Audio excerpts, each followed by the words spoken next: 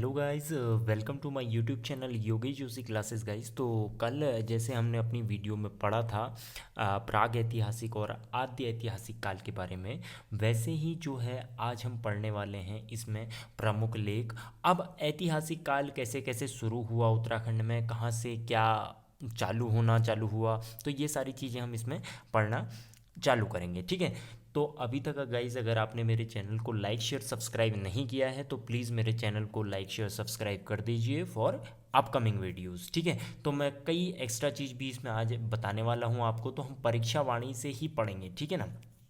तो आइए प्रमुख लेख हम देखते हैं प्रमुख लेख के बारे में। तो गाइज यहाँ देख सकते हैं, कहता है कि राज्य में विभिन्न स्थलों पर कई प्रकार के शिलालेख, मंदिर, ईंट लेख, मूर्ति पीठिका लेख, त्रिशूल लेख, ताम्र लेख, ये सारे लेख हमको जो है प्राप्त हो रखे हैं। ठीक है ना। तो ये सारे लेख हमको प्राप्त हुए हैं। तो इसी में से सबसे ऐतिहासिक लेख जो है इसमें हमको जो मिला हुआ है वो है गाइज कालसी का। ठीक है ना। तो कालसी का जो ये जो शिलालेख मिला हुआ है हमें, तो ये किसका है, ये लिखा हुआ था अशोक ने। ठीक है, तो यहाँ पर हमको मिला है, ये सबसे महत्वपूर्ण लेख है। और यह अभिलेख कालसी देहरादून, जो कालसी एक नामक जगह है जो देहरादून में स्थित है, वहाँ पर हमको मिला हुआ है।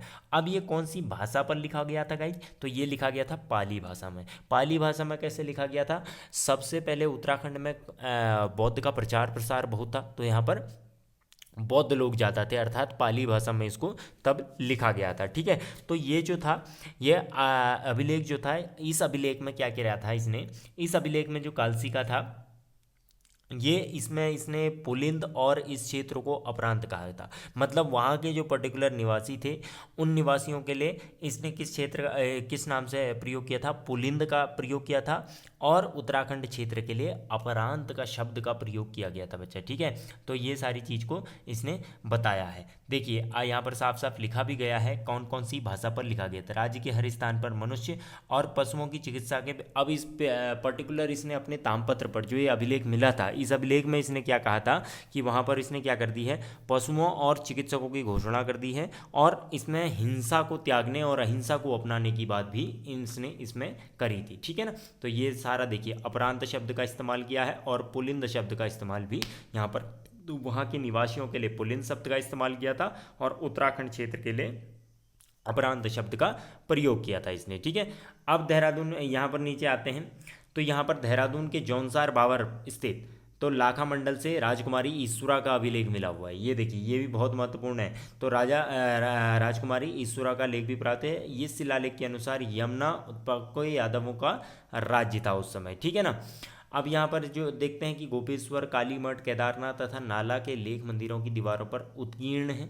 ठीक है ना, मतलब कुछ निशान वगैरह मिले हुए हैं। देवप्रयाग, वामन गुफा तथा कल्पनाथ की गुफाओं के अंदर दीवारों पर भी लेख मिले हुए हैं। देखिए देवप्रयाग में वामन गुफा है, तो उस वामन गुफा में कल्पनाथ में जो स्थित है, वहाँ पर गुफाओं के अंदर दीवारों पर भी जो है पुराने पुराने लेख मिले हुए हैं। ठीक है ना। वैसे नैनीताल तथा बड़वाला, देहरादून से ईंटों पर उत्कीर्ण लेख मिले हुए हैं। ईंटों पर भी कई कई सारे लेख से इनको प्राप्त हो रखे हैं इतिहासकारों को, ये ऐसा ये बता रहा है। ठीक है ना। तो यहाँ पर ये देख लीजिए, जो मूर्ति पीठिका लेख है, यहाँ पर से महत्वपूर्ण प्रश्न आता है। कहता है देवलगढ़ तथा कालसी से मूर्ति पीठिका लेख और गोपेश्वर तथा बाड़ाहाट से त्रिशूल लेख मिले हैं। तो ये त्रिशूल लेख कहाँ से मिला हुआ है, गोपेश्वर तथा बाड़ाहाट। बाड़ाहाट का पुराना नाम क्या था, उत्तर काशी। तो कंफ्यूज नहीं होना गाइस, तो यहाँ पर इसका नाम क्या है, उत्तर काशी। तो गोपेश्वर के रुद्रशिव मंदिर से त्रिशूल लेख में दो राजाओं को के लेख हैं। छठी शताब्दी में नागवती नाग ने इस क्षेत्र को जीता था तथा 12वीं सदी में नेपाल के राजा अशोक चल ने इस क्षेत्र को जीता था। तो ये तो इस क्षेत्र की बात आपको बता रहा है। ठीक है ना। अब बात करते हैं, देखिए यहाँ पर कार्तिकेय मोरध्वज स्तूप से 3री सदी का मुर्दालेख मिला हुआ है। कार्तिकेयपुर राजाओं के तामपत्री लेख पांडुकेश्वर, कांडर, चंपावत तथा बैजनाथ आदि स्थलों से मिले हुए हैं गाई। ठीक है, अब तो ये छोटे छोटे आप लेख इसमें पढ़ लीजिएगा, ये महत्वपूर्ण नहीं है इतने। जैसे हम बात करते हैं अब अपने ऐतिहासिक काल की, तो ऐतिहासिक काल शुरुआत कहाँ से हुई ऐतिहासिक काल की, तो ये आपको पता करना है। ठीक है, तो 600 ईसा पूर्व के पश्चात का काल, मैंने आपको बताया था 600 ईसा पूर्व के पश्चात का काल आपका ऐतिहासिक रहता था। यहाँ क्या क्या मिले हैं, अब देखिए मैंने कल आपको बताया था कि ऐतिहासिक काल के अंदर आपको क्या चीज़ें मिली हुई हैं, ठीक है ना। तो ऐतिहासिक काल के अंदर क्या मिला हुआ है, इसको आप प्राचीन काल भी कह सकते हैं, ठीक है। तो यहाँ पर पुरातात्विक साक्ष्य, साहित्यिक साक्ष्य और विदेशियों का वर्णन हुआ है। मतलब जो विदेशी वृत्तांत, यात्रा वृत्तांत जिसे कहते हैं, उसमें विदेशियों का वर्णन भी इसमें किया हुआ है, ठीक है ना। तो याद रखना है जो आपको जो ये आपका प्राचीन इतिहास है, प्राचीन इतिहास किसके नाम रहा था, प्राचीन इतिहास जो था कुणिंद वंश के नाम रहा था, ठीक है, प्राचीन इतिहास। उसके बाद मध्यकालीन इतिहास आता है, ये ऐतिहासिक काल बटा हुआ है, ठीक है। जैसे आपको मैं दिखा देता हूँ अपनी ही पीडीएफ में, जैसे आप यहाँ पर देख सकते हैं, देखिए। तो यहाँ पर जो है गाई, ये देखिए यहाँ पर जो ऐतिहासिक काल है आपका, ये जो पर्टिकुलर आपका ऐतिहासिक काल है, ये ऐतिहासिक काल क्या है, देखिए यस यस।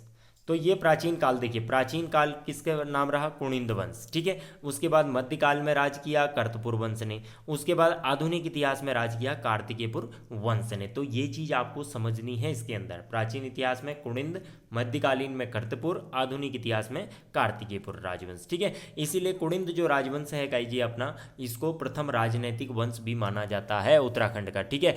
उत्तराखंड में पहली राज करने वाली वंश था आपका, पहली जाति कुणिंद वंश के लोग थे, ठीक है। तो ये चीज़ आपको समझनी है। तो बाकी हम बात करते हैं अपने इसी में, देखिए। तो इसमें आपको याद रखना है, तो कुणिंद शासक, यहाँ पर आप बात करते हैं कुणिंद शासक की, ठीक है। तो कुणिंद शासक इन्होंने पहले राज किया हुआ था, तो इनका राज क्या होता पूरा। अब बात करते हैं हम, प्राचीन उत्तराखंड जो था मूलतः एक दूर चित्र था, ठीक है ना। जो एक कैसा था, दूर चित्र था। यहाँ पर मतलब इस क्षेत्र में क्या हुआ, इसका अधिकांश भाग बीहड़ था, वीरान और जंगलों से भरा पड़ा था। तो यहाँ पर क्या हुआ, इसलिए यहाँ की किसी भी स्थायी राज्य के स्थापित होने की आपको विकसित जानकारी प्राप्त नहीं होती है, ऐसा इसमें है, ठीक है। को मतलब यहाँ पर पर्टिकुलरली क्या कुछ मिले हैं, थोड़े बहुत सिक्के मिले हैं, और अभिलेख और तामपत्रों के आधार पर ही आप प्राचीन इतिहास के सूत्रों की यहाँ से जानकारी प्राप्त होती है आपको, ठीक है। तो देखिए अब जैसे आपका आता है, सबसे पहले आपका कौन आता है, कुणिंद वंश। देखिए कुणिंद वंश आ गए, कुणिंद वंश के बाद आपका आता है शक वंश, शक वंश के बाद है कुषाण वंश, कुषाण वंश के बाद यौधेय वंश और कर्तपुर वंश है उसके बाद, ठीक है। तो ये कुछ वंश रहे, जिसमें से शक वंश और कुषाण वंश ये विदेशी शासकों के अंदर रहा था, ठीक है, याद रखना है। शक वंश और कुषाण वंश विदेशी शासकों के अंदर रहा था। अब बात करी जाए अपने कुणिंद वंश की, तो ये प्रथम राजनीतिक वंश माना जाता है गाइस। यहाँ पर माना जाता है कि विभिन्न क्षेत्रों से, जातों से यह पता चलता है कि कुणिंद वंश उत्तराखंड में राज करने वाली आपकी एक पहली राजनीतिक शक्ति थी, ठीक है, जैसे आपने यहाँ पर लिखा हुआ है। देखो तीसरी चौथी तक इन्होंने सदी तक इन्होंने राज किया था। अब उत्तराखंड में याद रखना है लगभग तीसरी चौथी सदी तक इनका वास रहा। इसके प्रथम राजा कौन रहे, राजा सुबाहु थे, जिनका उल्लेख मैंने कल बताया था आपको महाभारत में मिलता है। और महाभारत के वन पर्व के अनुसार राजा सुबाहु ने किसका साथ दिया था, पांडवों का साथ दिया था, ठीक है ना, और उनका साथ दिया था। और वन पर्व के अनुसार अर्जुन ने कुणिंद वंश को हराया था। तो राजा सुबाहु के बाद, ठीक है, याद रखना है ये। इसके बाद सबसे पहला या इसमें जो राजा हुए आपके गाइज, राजा सुबाहु है ना, राजा विषदेव रहे, विषदेव के बाद अग्रसर रहे, अग्रसर के बाद राजा धनभूति, धनभूत के बाद अमोदभूति, अमोदभूत के बाद भानु, और उसके बाद रावण रहे, ठीक है। तो ये आता है कुणिंद वंश के अंदर। अब यहाँ पर जैसे लिखा हुआ है, देहरादून के पास यमुना और टोंस नदियों के संपर स्थित कालसी नामक स्थान से कालसी अभिलेख मिला हुआ है। ये चीज़ें मैंने आपको पढ़ा दी हैं, तो याद रखना है। प्रारंभ में कुणिंद लोग मौर्य के अधीन थे, ये भी चीज़ें याद रखनी है, ठीक है। तो क्यों मौर्यों के अधीन थे, याद रखना है बच्चा, ठीक है ना। अब इसमें बात करते हैं हम अपने वंश की, तो ये चीज़ मैंने आपको बता दी है। उसके बाद हम आते हैं, देखिए अब कुणिंद वंश का सबसे शक्तिशाली राजा जो था भाई, याद रखना है, कुणिंद वंश का सबसे शक्तिशाली जो राजा रहा वो कौन था, वो था राजा अमोदभूति, ठीक है ना। यहाँ पर देख सकते हैं आप, सबसे इधर लिखा हुआ है, तो राजा अमोदभूति रहा गाइस। इन सब राजाओं में से अमोदभूति सबसे एक प्रतापी शासक था, और इसे महाराजा की उपाधि भी मिली हुई थी, ठीक है ना। तो इसकी महाराजा की उपाधि मिली हुई थी इसको। अब इस महाराजा की उपाधि के बाद इसको कुणिंद वंश मौर्यों के अधीन थे, जैसे आपको अभी पता चला गया। यह शासन मौर्यों के समकालीन था, और प्रसिद्ध भूगोल शास्त्री, इसमें एक प्रसिद्ध भूगोल शास्त्री थे आपके टिम टॉलमी, याद रखना है नाम, टिम टॉलमी के अनुसार कुणिंद लोग दूसरी ईसा पूर्व में ब्यास गंगा और ब्यास नदी के ऊपरी क्षेत्रों पर फैले हुए थे। देखिए यहाँ पर दूसरी सदी में ईसा पूर्व में ब्यास गंगा और यमुना के ऊपरी क्षेत्रों में फैले हुए थे। ये किसने बताया? ये प्रसिद्ध इतिहासकार रहे टिम टॉलमी, ठीक है, इनके अनुसार ये पता चला, ठीक है ना। तो अब देखते हैं इसमें, इसके बाद कहते हैं कोई उत्तराखंड पर शासन करने वाली पहली शक्ति कुणिंद वंश का राजा अमोदभूति था। तो अमोदभूति जो था एक प्रतापी शासक हुआ करता था, ठीक है।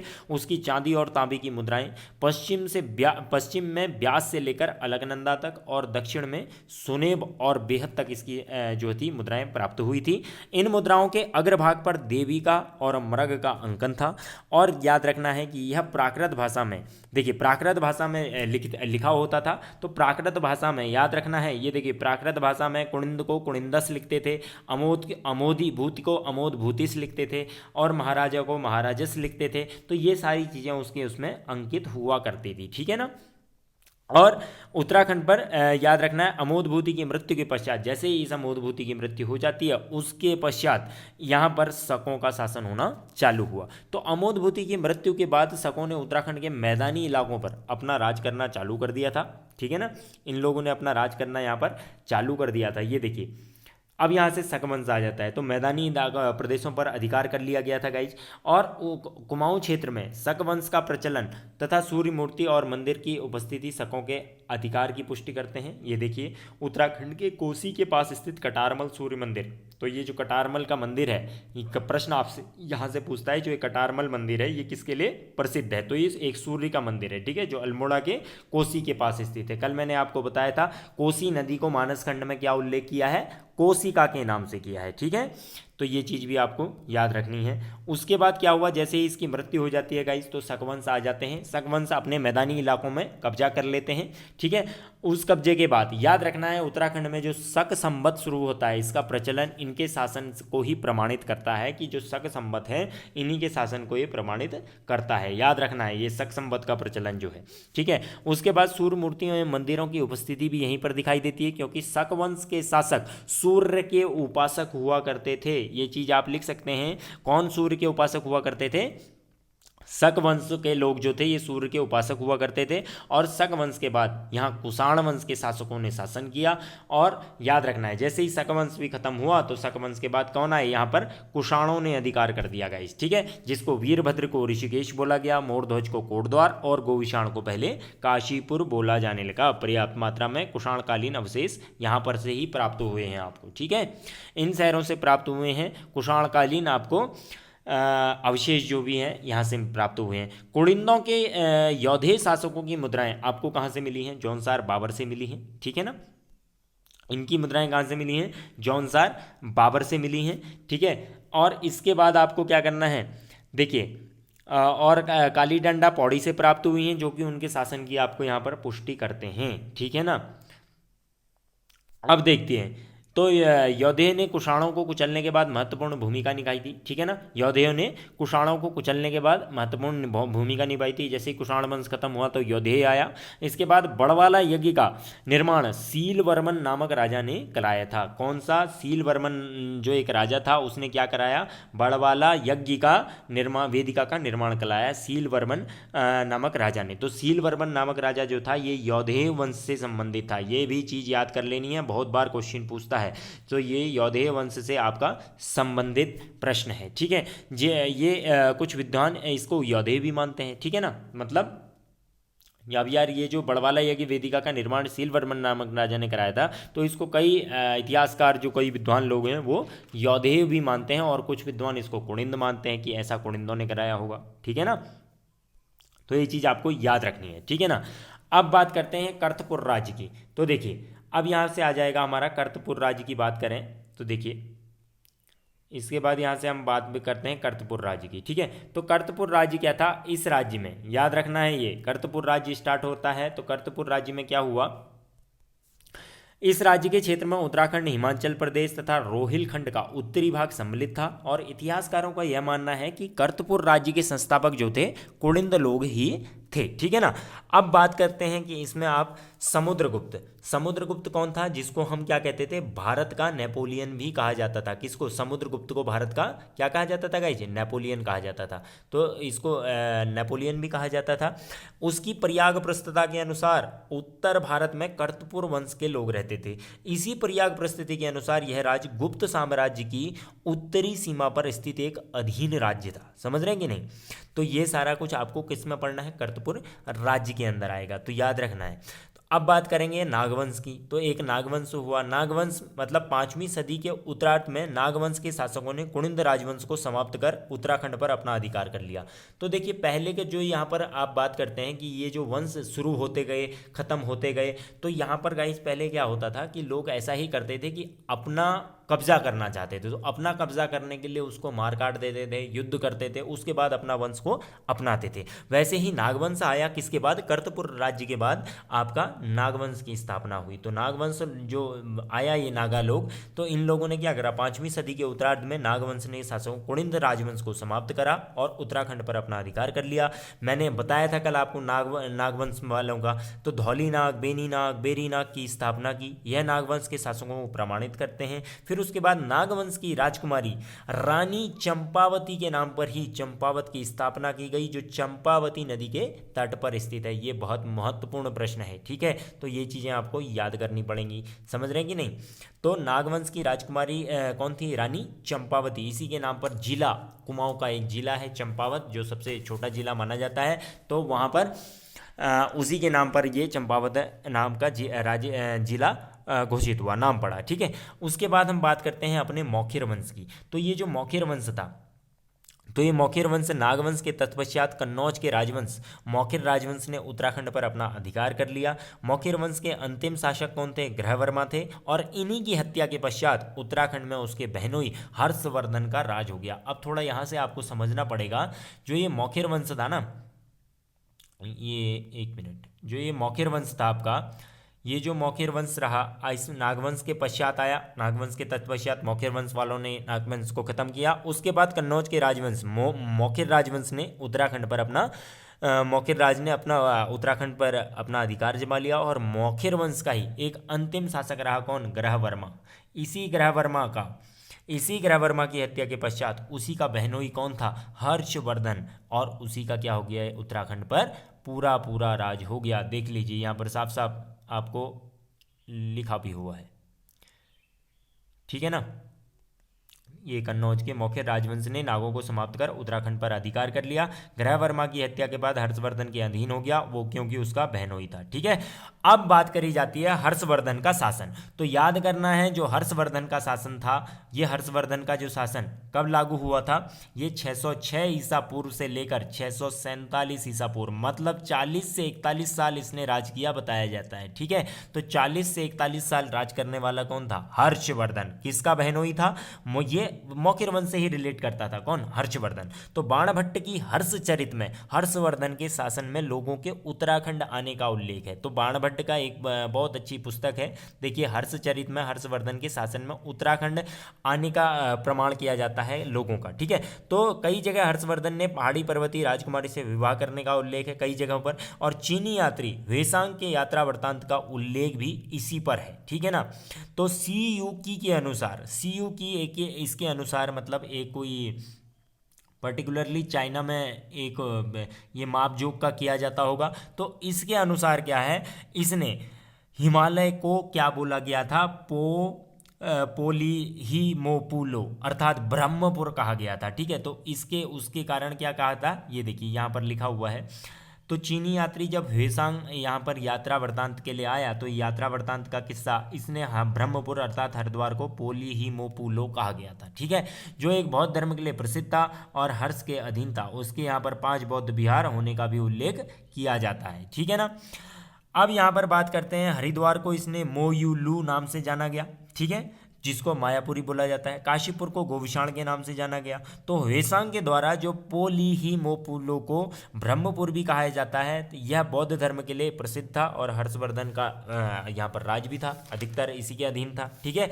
और 5 यहाँ पर जो थे बौद्ध बिहार होने का भी उल्लेख यहाँ पर किया गया है। ठीक है, अब यहाँ पर याद करना क्या है आपको, अंग्रेजी इतिहासकार थे एक आपके, देखिए कर्किंगम, इनके अनुसार क्या हुआ, गढ़वाल और कुमाऊं ब्रह्मपुत्र का ही क्षेत्र था। ठीक है, इन्होंने क्या बताया कि ये गढ़वाल और कुमाऊं संपूर्ण भूभाग को ब्रह्मपुर मानते हैं। ये क्या मानते हैं कि उत्तराखंड का जो आपका मंडल है कुमाऊं और गढ़वाल, इनको सेम मानते हैं। ठीक है, ब्रह्मपुत्र क्षेत्र कहा गया उनको।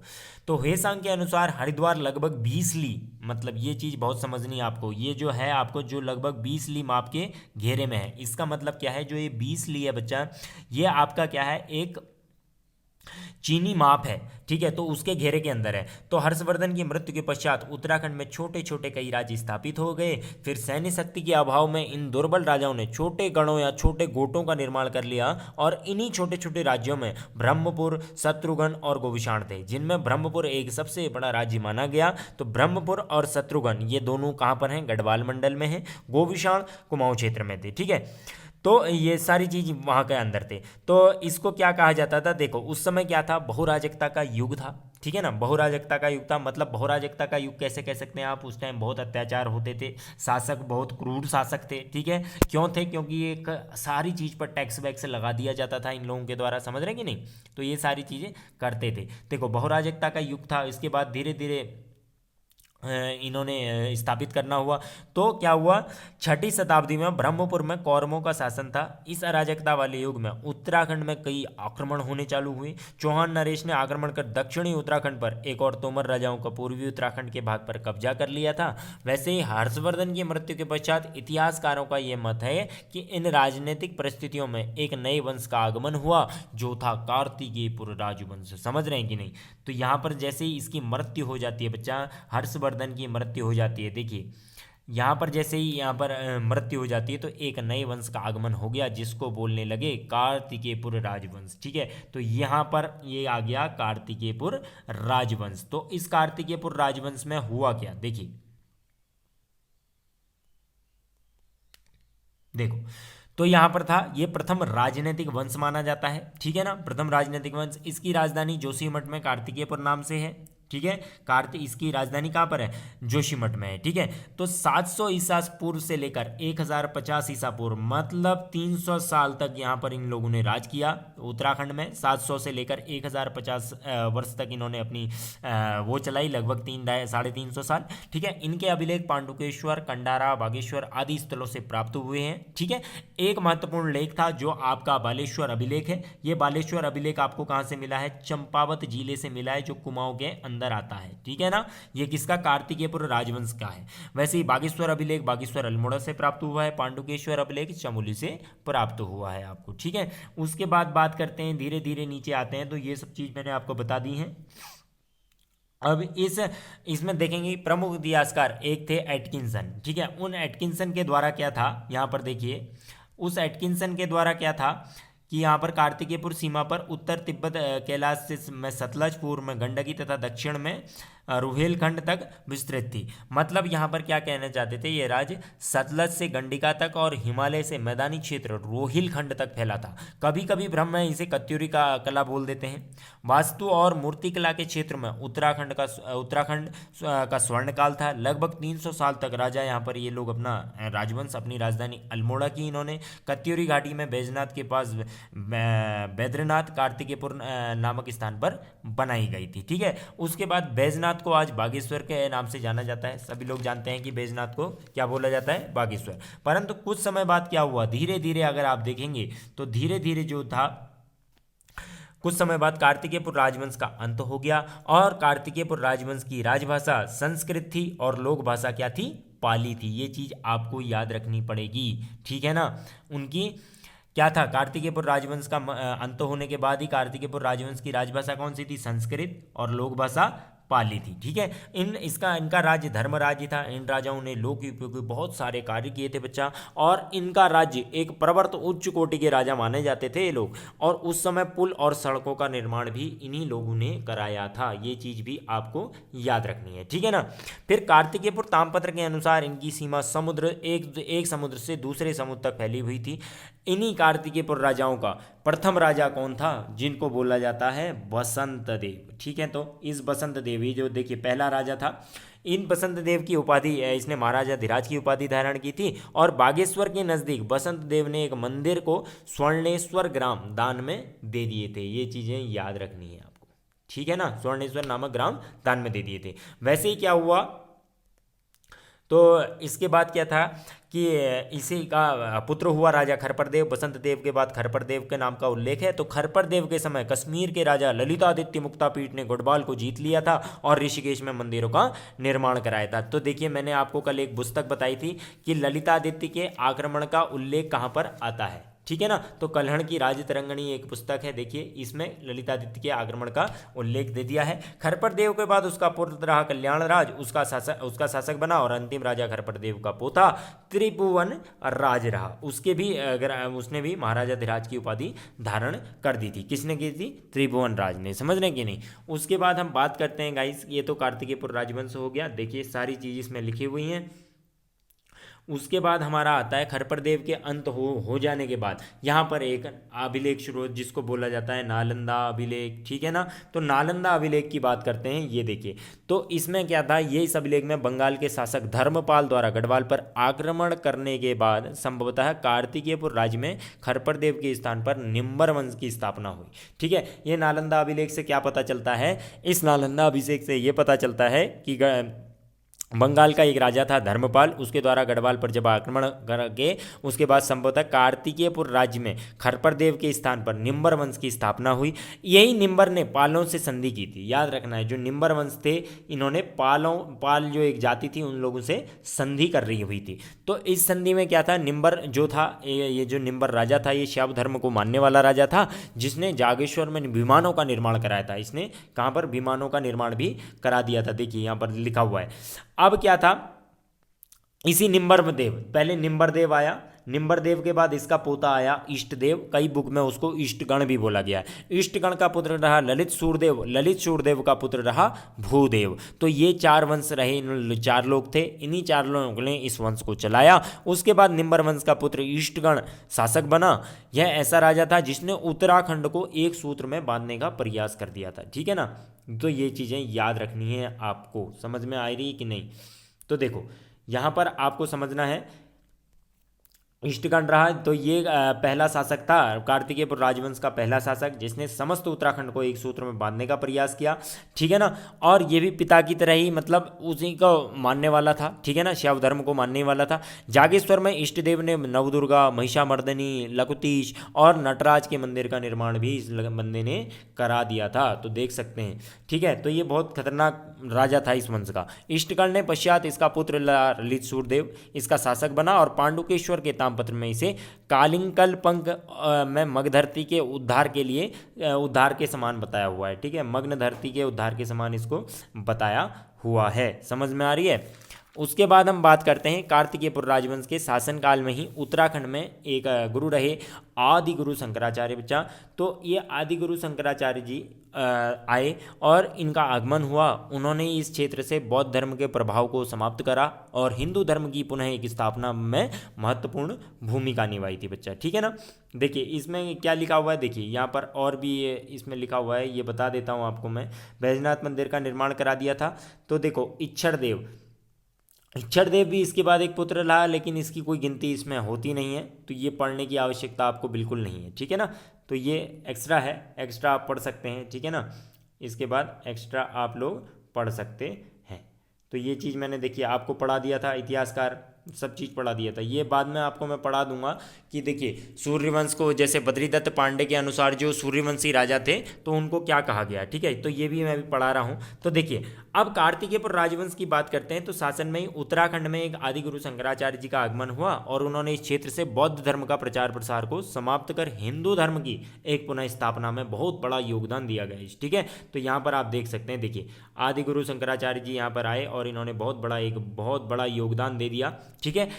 इसी क्रम में उन्होंने बद्रीनाथ केदारनाथ मंदिर का पुनरुद्धार कराया और ज्योतिर्मठ की स्थापना भी कर दी थी। सन 820 ईस्वी में, याद रखना है, सन 820 ईस्वी में केदारनाथ में उन्होंने अपने शरीर को त्याग दिया था। और इतिहासकार ललित जोशी के अनुसार कार्तिकेयपुर के राजा मूलतः अयोध्या के थे। समझ रहे हैं कि नहीं? ये देखिए, सबसे टॉप की बात की जाए तो यहाँ पर क्या कह रहे हैं, ये देखो, इतिहासकार लक्ष्मी दत्त जोशी के अनुसार क्या था, कार्तिकेयपुर राजा लोग मूलतः अयोध्या के थे। इन राजाओं के इष्ट देव कार्तिकेय जी थे और कुमाऊं की जनता भी कार्तिकेय जी को लोक देवता मानती है कहीं कहीं, ठीक है। और इतिहासकार बद्रीदत्त पांडे जी के अनुसार जो कार्तिकेय राजा थे, कार्तिकेयपुर राजाओं को सूर्यवंशी भी माना जाता है। तो ऑब्वियस सी बात है गाइस, ये चीज़ें आप देखो, जो राम जी थे, राम किस में पैदा हुए, सूर्यवंशी राजा थे, तो उनके माथे पर जो तिलक लगा रहता था वो सूर्य का तिलक लगा रहता था।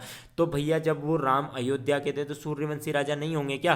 तो वैसे ही बद्रीदत्त पांडे के अनुसार भी वो सूर्यवंशी राजा कहलाए गए, ठीक है ना। इसी के बाद क्या हुआ, यह शासक गिरजा